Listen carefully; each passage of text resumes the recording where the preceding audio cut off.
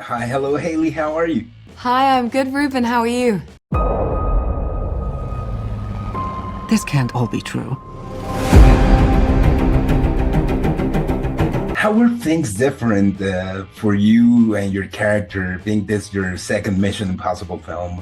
She's part of a team now. So the last one was like she was trying to get away from Ethan Hunt, and it takes a whole movie for her to understand that being part of something is worth it, is even more meaningful and purposeful. So in this one, she is part of the huge kind of set pieces and the stunts. Although my character isn't in some of those, in a lot of those, you do get a sense of the presence of the team and the fact that all of this is being done so that the team are working together for the greater good. And so, for her, there is much more of an emotional attachment to these characters and higher emotional stakes for her. A CIA Black Vault break-in. Am I reading this correctly? The Kremlin bombing?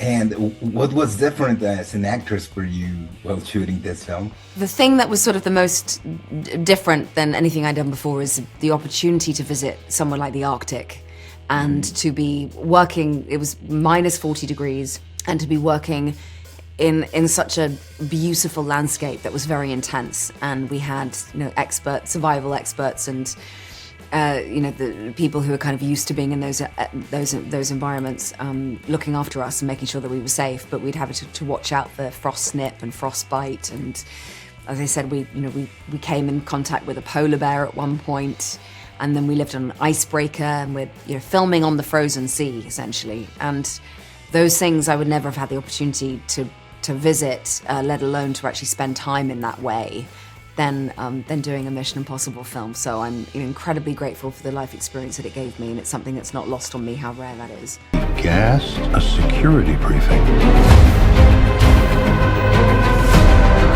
That was just 2 months ago. Okay, just getting there was a Mission Impossible, right? How long were you in the Arctic? It was so long. We shot that 2-3 years ago, I think. And then we'd come back and do reshoots in a studio that was only like a few months ago. So my whole concept of time on this movie across the 5 years that I've been on it is a non-linear one.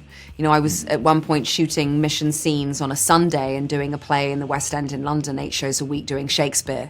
So on my day off, I'd be in a 10-meter tank with Tom doing something, or in a hyperbaric chamber on a set, or working in a dog shed. And then on the rest of the time, I'd be doing Shakespeare on stage. So it's such a... and it's such a kind of a wild adventure, not just the scenes that I am actually doing, but the way that the movie is constructed. If we want to bring the world back from the brink, we have to deal with him.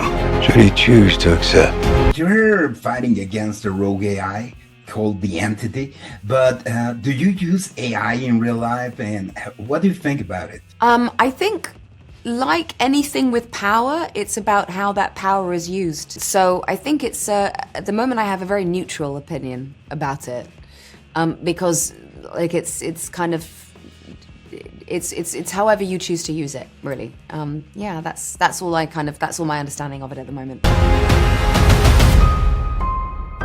Smart people on every side are close to panicking. There will be a premiere of the movie at the Cannes Film Festival. Will you be there? Oh my goodness, of course I'll be there. I wouldn't miss it for the world. It's a dream to be at Cannes. It's somewhere that, for me, highlights such extraordinary filmmaking and such a variety of film. So to be there with Mission Impossible in this moment, and then also surrounded by other incredible filmmakers in our industry, it's, I'm so excited. I cannot wait to get there.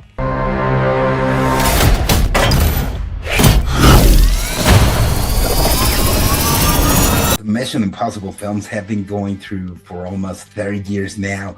Do you have a favorite one besides the one you're on? It's hard to say. I mean, I genuinely think this last movie, it's, when I watched it, I did feel like I was watching it as an audience member. Because I don't know what they put in it, they've decided to leave out. There's so much that we filmed that didn't make the movie because there was just so much opportunity in terms of the storytelling and the scenes and the stunts. And so watching it, I had no idea what to expect, but I was blown away and I found it so emotional. and so thrilling. And I think it's also, to be honest, it's an accumulation of all the missions that have gone before. So it's hard to, I feel like all the spirit of all the missions is represented in this one, which is why it's impossible to say any other is better than it. Your team has been betrayed, Ethan. Thank you a lot. Anything that you would like to say to your fans in Mexico? Oh, I wish I could be there. I'm so looking forward to sharing this movie with you. And I love Mexico. I've been to Mexico once before and I would love to come back again. So please go and see this movie on the biggest screen that you can and invite your friends and eat lots of popcorn. I need you to trust me. One last time.